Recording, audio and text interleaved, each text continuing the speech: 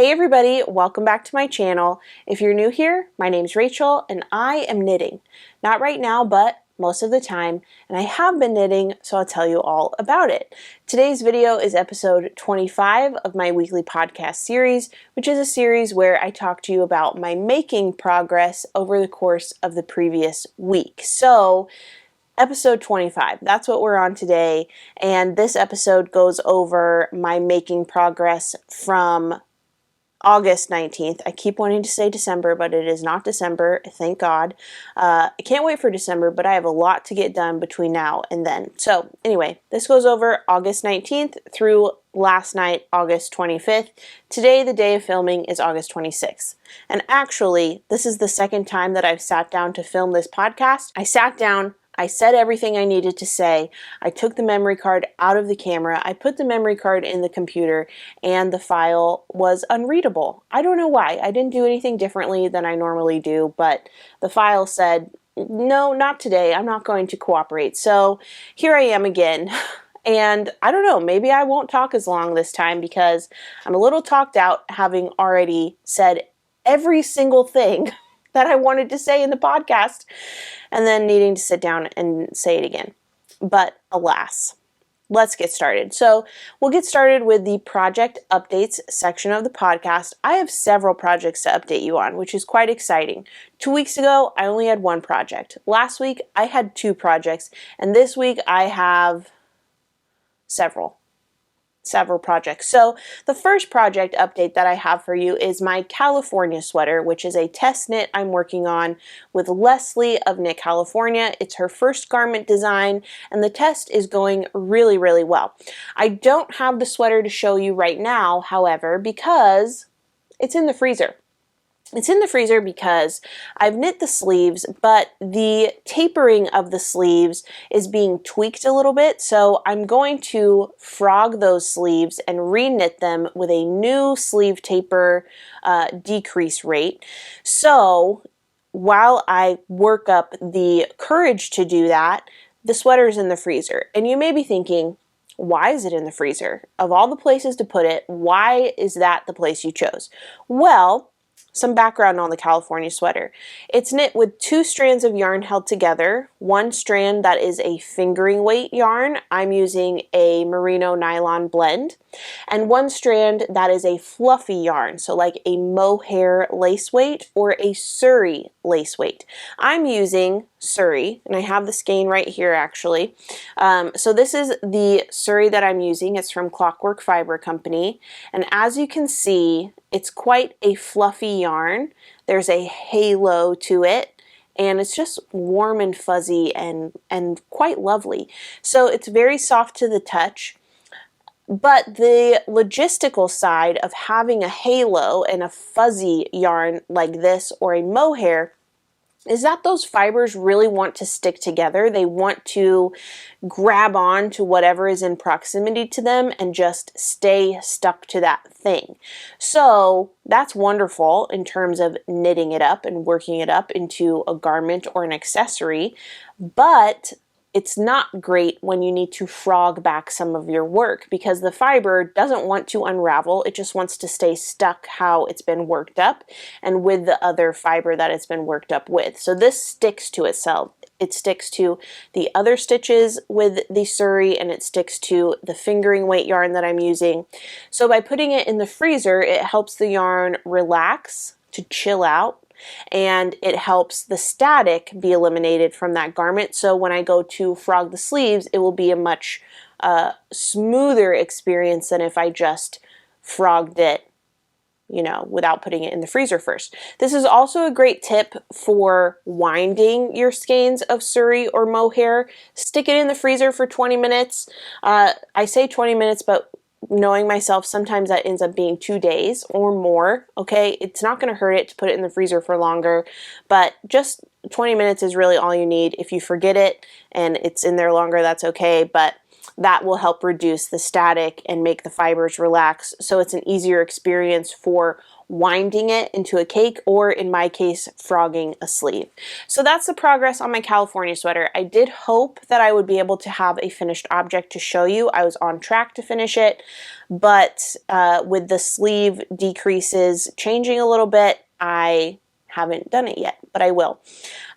It's a really, really quick knit. For instance, I knit both sleeves, well, nearly both sleeves, in one day. That was all I was doing. I was just sitting on the couch watching TV with DJ. So it's not like I could have worked a full day and then also knit 2 sleeves. But if you have a free day where you can have dedicated knitting time, it does work up quite quickly. So there's the California sweater update. The next update that I have for you, and I'm going fast through this. I'm not doing as much anecdotal asides as I did my first go, but I'm so sorry. I'll try and add a little flair for you. And I guess I will do that now with the form of my next project. It's a rat. Dun da da da. Yes, this is a rat. I made this for my youngest nephew. If you've watched the podcast, you may have heard me, or you may remember hearing me talk about making rats for my nieces and nephews. So I had 1 rat left to make for my youngest nephew. His birthday was this month, so this rat is actually late. It should have been done in time for his birthday, but my executive dysfunction is a constant antagonist in my life, and the rat is done now, but the rat was not done in time for my nephew's birthday.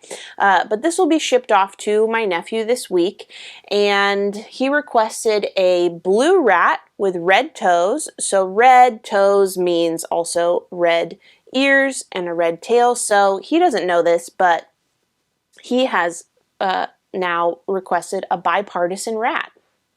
Incredible. Okay, so this rat is knit with Cascade 220, the non-superwash. So that is what comes in hank form versus ball form. So I had a little bit left over of this blue color. I don't remember what the color name is, but it's on my Ravelry project page if you're really desperate to know. If you see this blue and you're just like, I gotta have it, it's on my Ravelry project page. I have a full skein in my yarn stash, but I had a good amount of it already caked up from a prior project that has been since abandoned. But I thought, what a great opportunity to use up this caked up blue. So I decided to hold that yarn double, which made quite a hefty rat. So this is worsted weight yarn held double, which meant that I also held the red double. This red is Comfy Cozy Couches from Cesium Yarn as part of the Cabin collection collaboration that I did with them in September of last year. So this rat has red toes, red ears, red tail, and a blue body. Excellent. What else did I want to tell you about this rat? I don't remember. But the next project that I have to update you on is also a rat. Yay. Okay, so here's the story with what happened. Let's just get these rats in position. I didn't do this last time, so I'm trying to make up for the anecdotal flair that you're missing out on from me having to record this twice. So now you get the treat of rat shoulders, if they will cooperate. They're just so ornery, aren't they? Why is this so difficult? Oh my gosh. Okay. Well, 1 rat and 2 rats. This rat is called Grayson, and he is a troublemaker apparently because he's not staying on my shoulder. All right. Okay. So Grayson, the rat on this shoulder, is the first rat I made for my series of nephews and nieces. The oldest nephew received this for his birthday last year, and again, it was late. I gave it to him at Christmas time, and his birthday month is not December, so anyway, it was a belated birthday gift. I gave him this rat, but when I gave him this rat, which he has since named Grayson, as I said, this rat didn't have legs.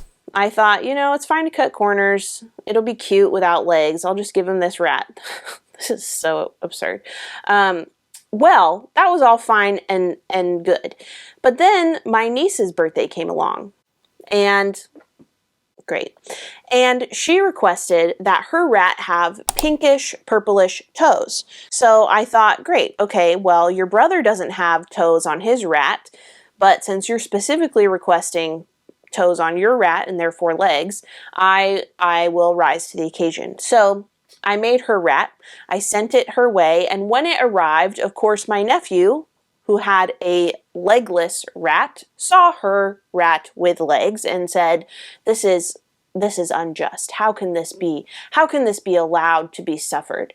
And so I was then tasked with giving Grayson legs. So when I visited my sister and her family in June, my oldest nephew gave me Grayson and said, put legs on this guy. So I added legs Saturday, and I also gave Grayson eyes as per his request. So now I have 2 complete rats for my 2 nephews. As you can see, my younger nephew's rat is larger, and I told my sister to have my nephews mentally prepare and to understand that this is not a reflection of the amount of love I have for one over the other. I love them equally. It just so happens that this rat is larger due to the yarn that was used. This is worsted weight held double. This is worsted weight held single. Amazing. So we've got 2 rats that will be shipped off this week, 2 finished objects. I need to log these for my 24 and 24.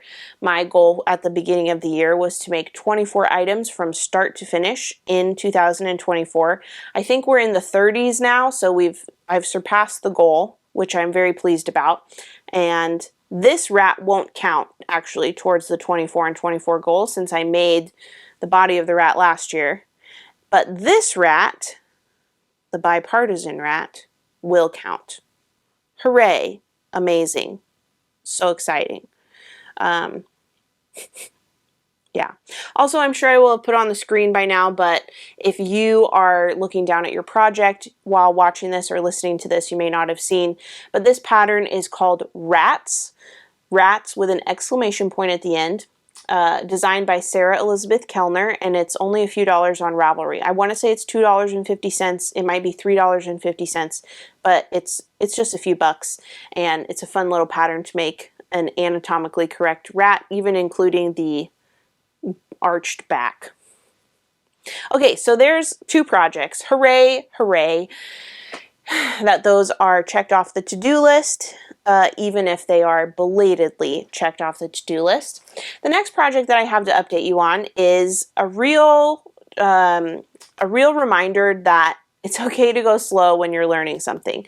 I'm working on the Oliver's hat by, I forget who the designer is. I'll put it up on the screen here for you. Whoops. But you may remember that I purchased this hat kit at Jamieson & Smith in Lerwick on my Shetland trip, and I got colors to make it in the color scheme of the Miami Hurricanes, which is my husband's favorite football team. So greens and oranges, I'm using this nice evergreen as the background, and then a series of oranges for the contrast color. Now, in making this hat, I've kind of learned to have a little bit of humble pie. When I first went to Jamieson & Smith, I requested a kit with some different colors than the pattern calls for the floral tam. And when I was suggesting colors I wanted, I said, like, I want purples and maybe a white as the contrast. And the lovely woman working there said, no, I don't think white. I think a fawn would be better. And secretly, in my heart, I was thinking, yeah, but I don't want fawn. I want white. And it kind of reminded me of the feeling when I go to a nail salon and I tell them, you know, this is the color I want, this is the shape I want, or whatever. And they say, nope, that's not what you want. This XYZ thing is better. And so I just say, yes, aye, Captain, you're right, you know best. When really it's my nails and I know best what I want. So typically what happens is I just, shut my mouth and just let them put whatever on my nails that they decide is best, and then I leave the nail salon thinking, why didn't I say something? This isn't really what I want. But that's what happened at Jamieson & Smith. I went with the fawn color. Now, when I was knitting the corrugated ribbing, the last color to add in, this lightest color here, I started with Optic White, which is this color here. And I have to tell you, after about half a row of this Optic White added as the contrast color, it was so clear to me that this was the most disgusting choice I have ever made in my life. The white was just so stark against this series of oranges. The tone did not match the tone of the oranges. It was just all wrong. It was like trying to be candy corn. It was not what I wanted. So then I thought, okay, let me go grab that fawn that they gave me, or that I purchased, and try that. And so then I went with the fawn, and oh my gosh, it's just so much better. It blends in so much better. I think that it still looks like white from far away, but it's really fawn, and the tone is not a stark contrast. It works, it blends well. So that was just a reminder for me to, I don't know, trust the experts sometimes. It's okay to not self-advocate every second of every day, and fawn is not so bad after all, because man, that Optic White contrast was just so jarring. So that was a nice little learning experience for me. I'm glad that I got the fawn, because if I didn't have it, I think this hat would be giving me some grief with the color choices that I was making. So I'm really happy with it and the progress that I'm making. But I have learned that I need to work on this project when I'm alone. I can listen to an audiobook or watch something on the TV. I can be in a situation where there's like sound being input, but I can't output. I can't interact with people. I can't hold a conversation. I can listen to something, but I can't be an active participant in whatever is being communicated. So that means like watching a show or listening to a book. Just because between using the knitting belt, oh yeah, I should say, I'm making this while wearing my knitting belt. So I'm utilizing the knitting belt that I got from the knitting belt workshop with Jeanette Budge on the Shetland trip. So I'm using the knitting belt, which is new for me. I'm using double pointed knitting needles, which is not what I usually do. I'm using a paper pattern instead of digitally, which again is not what I usually do. So between all of those things, it's just something that needs my heightened focus. It's not something that I can just do in the background while I'm hanging out with people or interacting with them. I just need to sit down and work on this while I'm listening to something, but I can't have a back and forth. So that's kind of been on hold for the last few days over the weekend, because I haven't really been in a space where I can work on that successfully. But maybe later this week I'll get this back up and running. But I'm really proud of myself for sticking to this. Adjusting to a new style of knitting is really hard. It's really difficult. I like the idea of having a project on my knitting belt, or like that's being made with my knitting belt. So even when this hat is done, I think I'll cast on another one just so I can keep practicing, because I don't know if, I mean, I do know it's not going to replace my normal habits, but I would like to have it in my toolbox of skills that I have. So I want to continue honing that. So after this hat's done, I think I'll cast on the floral tam, which I got the kit for, and I think I might have one other hat pattern, but I may be misremembering that. I may just be thinking of a hat pattern I wanted to get and ultimately chose not to. But all that to say, I want to keep practicing with the double pointed needles and the knitting belt. I don't know if I'll use that for the garments that I have kits for. Like I have a kit for the Roosty tank, and I have a kit for the Oregon cardigan that may be great to do with the knitting belt, but I haven't decided if I'm going to commit to a big project on the knitting belt and double pointed knitting needles, or if I'll just stick to hats, but I don't need to decide that now. So there's the update on the hat for my husband. And now the next projects that I have to update you on, I'm really, really excited about. And they have to do with some designing, which is which is, it's thrilling. So, okay, so last week I told you that I made the Travel Buddy cowl as a test with Counting Sheep, Jenny from Counting Sheep. And that really lit a fire under me and made me realize that cowls are incredible. And then that sent me on a path of going down memory lane of remembering from 10, 11, 12 years ago when I made cowls for myself and I wore them and I loved them. And so I was thinking of this specific cowl that I made in 2012, 2011, 2012, and how I should write up a pattern for that because I loved it so much. And why not? Like, now that I'm on this cowl train, like, let's do it. So I was looking back at photos for this cowl, and on the hard drive where those photos were, I found a treasure trove of other photos of things that I had made all those years ago. And I also found a pattern for a headband with the same stitch pattern as the cowl. So that just kind of swept me away, and that's where my focus has been over the last basically 24 hours. I'm just so excited about this. So yesterday I cast this on, this headband, from start to finish. Dun dun dun dun. So cute. This is knit in Clockwork Fiber Co. analog worsted in the colorway Too Small for a Mouse, so it's a nice gray color. This is left over from my Gritter sweater. In fact, all of these projects that I'll show you relating to this endeavor are in Clockwork Fiber Co. analog worsted leftovers from the Gritter. Yeah, this is the headband. This is the largest size. I'm making 3 sizes for this design, and I'm hoping to also make this in DK weight, so you can choose between DK weight and worsted weight, and then 3 sizes for each weight depending on your preference for head circumference.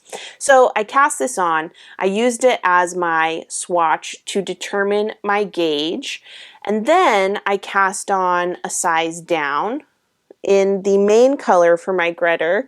This is Grape Jelly, and this headband is smaller than this gray headband in both circumference and width, just because I lost yarn chicken. So not because I intend for it to be this narrow, but I got circumference for this smaller size down, confirmed kind of my system for sizes. So I've got these 2 samples for the headbands. Now I need to cast on my DK weight sample and get gauge for my DK weight in this stitch pattern so I can make my headband sizes and then also my cowl pattern, which leads me to the next thing I made. Dun dun dun dun! Here it is. Here's the cowl. Isn't it so cute? It's a really simple lace pattern. It's very easily memorized. It's very potato chippy, and it's just like such a quick knit. I knit all 3 of these things yesterday. And I also went grocery shopping, and what else did I do? Probably not much else that was productive, but I still, like, 3 things in one day. That's pretty great. So let me put this cowl on and talk to you a little bit more about it. Stand by.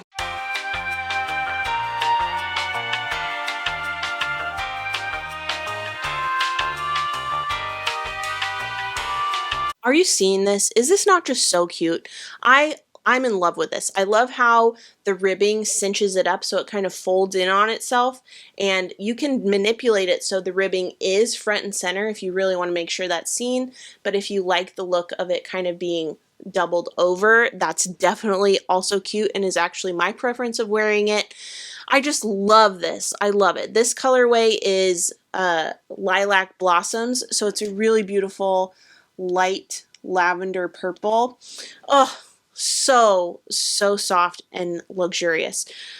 Oh, I'm just so happy and excited about this. So I cast this on, finished it last night, and once I have my DK weight headband, I'll know my gauge to make the DK weight cowl pattern.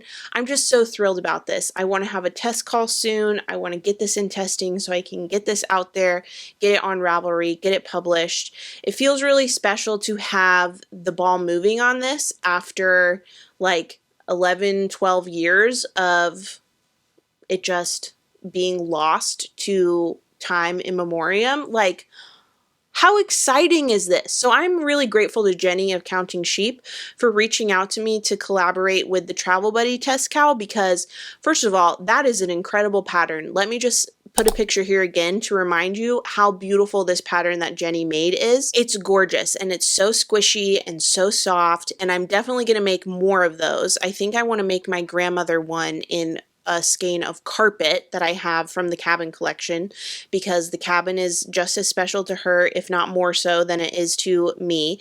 I mean, definitely more so. So that, I think that would be a great gift for her. But like, I had totally forgotten how cool cowls are. I don't know what changed over the last 10 years to make me think that they were not for me, because they used to be for me. And then to have my memory jogged by the Travel Buddy test cowl is just like sent me down a whole rabbit trail of going through that hard drive. I've stumbled across so many photos that have triggered just like really, really special memories pertaining to my knitting history, my crochet history, and then also just the history of my life. So I'm just really enjoying that process. Let me take this cowl off and I'll resituate the mic and then we'll keep chatting. All right, we're back. So I'm just so thrilled. I haven't 100% settled on a name, but I will tell you that I'm leaning towards the Dewdrop cowl and the Dewdrop headband, just because the eyelets on this lace pattern remind me of like beads of water going down a blade of grass, kind of. So I think that's cute. Also, I should point out that both of these items, the headband and the cowl, are fully reversible depending on the look you want. Like, this has more of like a bumpy textured look on this side, which is the right side when you're knitting it. And then this side is a bit more smooth, so that's the wrong side while you're knitting it, but you can choose what is going to be what when you wear it. I'm just thrilled. I'm just so thrilled. So keep an eye out. I'll have a test call soon, I'm hoping. Probably I will announce it on Instagram, so if you don't follow me on Instagram, go ahead and head over there and click follow in case you're, I don't know, very excited to test this. I know there's a whole community of people that live for test knitting. For me, it's something that I do every now and then, and typically in support of a friend. Like, if I see a pattern that I really want to make, I will wait until it's published. But like with the California sweater, that's been a great experience testing it. The Travel Buddy cowl, exceptional experience testing that. But anyway, all that to say, I know some people just like eat up test knits like they're candy. So if you're interested in that, make sure you're following me on Instagram. But that's all that I have for project updates. The next thing that I want to talk to you about is not a typical section that I have in the podcast, but it's cast-on plans. And really it's just one cast-on plan. So the backstory with what I'm about to show you. Leslie of Knit California, Ella of Dislocated Needles, and Sam of Clockwork Fiber Co. We've all been talking about possibly making dopios for the upcoming Scotland trip next May. All three of them were on the first Ireland trip last October, and they will all be returning for the Scotland trip. So it's going to be a really special reunion. So someone suggested, like, what if we made dopios as a treat? And then Leslie was posting color combos, and I was like thinking in my mind, I'm not doing this. I'm not doing this. I'm not doing this. There's so many other things that I need to be doing. But then I was kind of poking around my stash thinking, what could I do? And then something clicked, and let me show you what I came up with. So the dopio calls for 2 strands of fingering weight, and 1 strand of lace. So in my size, I would need 3 skeins of lace, 3 skeins of my first fingering strand. These, I need to slow down this tongue twisters. And 3 skeins of my second fingering strand. So 9 skeins altogether, 6 of fingering, 3 of lace. Okay, great. So look at this. This is what I came up with. Here I have 3 skeins of Hedgehog Fibers sock, which I purchased last year in Ireland on the trip. It's souvenir yarn. And I actually listed this recently in a D-stash because I was just going through my stash, and like if something didn't speak to me in that moment, or if my cast-on plans had changed, I was just getting rid of it. But immediately after I listed this on the D-stash Discord, I was like, I don't want to D-stash this. So I took the listing down. Promptly post haste, forthwith, etc. So I'm thinking this would be so good in a doppio. So then I was thinking, okay, what's the lace gonna be? And I thought for sure when I'm done with the California sweater, I'll have leftovers of this Surrey. And then I was looking, this is gonna get absurd with the number of skeins in my hand. And then I was thinking, I also have leftovers of Surrey from other projects. I have this Lady Death, which is like a reddish wine purple from Skein in the Stitch. I have this Surrey, which is also from Ireland. This is from This Is Knit, and it's their in-house branded yarn. This is Townhouse Yarns. Okay, let's see how I can hold all these. I have this is nearly a full skein of yarn left over from Dusty Yarn Co. in the colorway Cousins, and I use this on my most recent Lento. Wouldn't that go together so well? Okay, and whoop, all right, so at this point, I'm running out of ways to hold this. Okay, and then I also have this Surrey left over from Treehouse Knits from my first Lento that I made. This is the People Persons Paper People, which is like a blue with some purple ribbons in there. That would go well. And so then I was thinking, okay, great. I've got a nice bouquet of options to make the doppio, but then I remembered I need another strand of fingering to hold with all of this. And so I looked over at my sock station and I saw this cone of white yarn.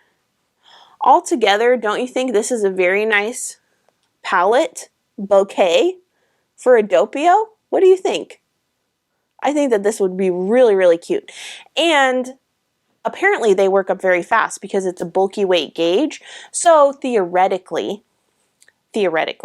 I could get this done in time for Ireland this year. And wouldn't that be special to have these Ireland souvenir skeins represented in a sweater that I wear on the second Irish knitting tour? I think that would be very special. And also, it would help me justify purchasing more souvenir yarn, because how can I go to Ireland and purchase souvenir yarn when I have the majority of last year's souvenir yarn still untouched in my stash? You know, so it would be good for morale if I cast the doppio on.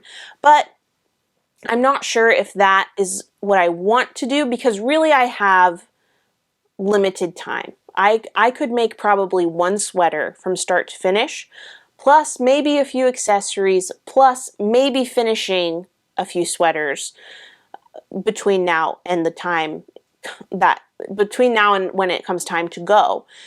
So I have to be a little bit selective with the choice that I make. So I haven't fully committed to the doppio yet, but if you think that that's absolutely what should happen, let me know in the comments. Or if you want to be the voice of reason, also, please feel free to be that in the comments.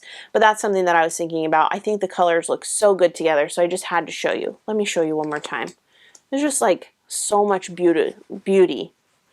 Okay, I can't show you all. It's just like my hands aren't big enough, but so beautiful. That's just something that I'm kicking around in my head.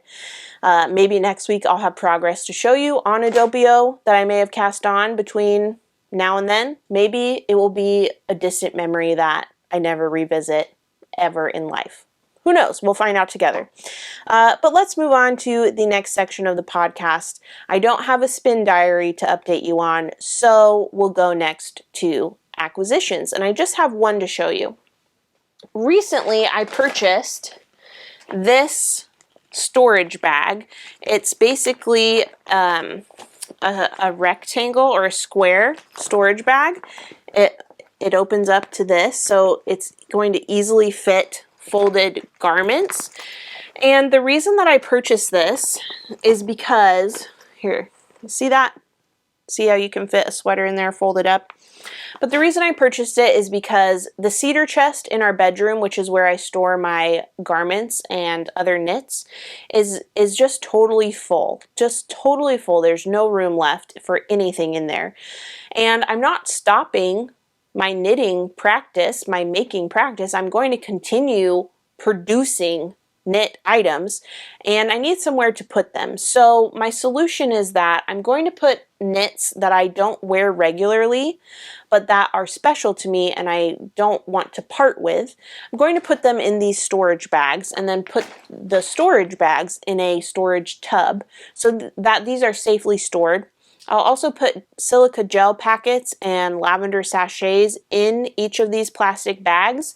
The silica gel will soak up any moisture and the lavender will just keep them smelling fresh. That's my thought.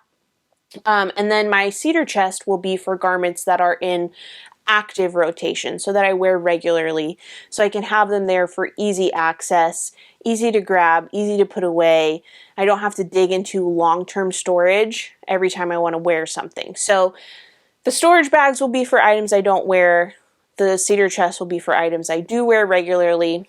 I've shown you these storage bags before on the channel, and while they're great for yarn storage, the shape is just not great for garments, I've found. So I'll be letting you know how I like this alternative as I use it, but I'll put the link to both of those storage bag options in the video description box if you're interested in either of them. But that's my only acquisition for this week. So let's move next to announcements. The only announcement that I have is, like I said, to keep an eye out for test calls on Instagram for both the cowl and headband patterns. I'm really excited about these. They're not like mind-breaking patterns. They're very simple, but it feels good to have them written out and have an idea that's been like something I started over a decade ago, to have it finally be taking the next step. There's that executive dysfunction again. So anyway, I'm just excited about that, and I'll keep you posted. But that's all I have for this video. I hope that you're enjoying yourself. I hope you're working on something that's bringing you joy. Remember, if you're hitting a roadblock or you're feeling more frustration than enjoyment when you sit down to work on a project, put it down. Leave it alone. Give yourself a break. This is the hobby we do for enjoyment. It's okay to remove yourself from a situation until you feel more prepared and more equipped to return to it. And that day may never come, and that's okay too. You know, give yourself some grace. Of course I say that, and I refuse to give myself any grace ever. But I think you should give yourself grace for sure, even though I won't be taking my own advice. Anyway, that's all I have. So I hope you liked this video. If you did, give it a thumbs up. Subscribe to my channel if you don't already, and hit that notification bell to be notified of my next upload. Last but not least, head over to Instagram and follow me at Rachel is Knitting if you don't already. All right, thanks so much for watching, and I'll see you next time.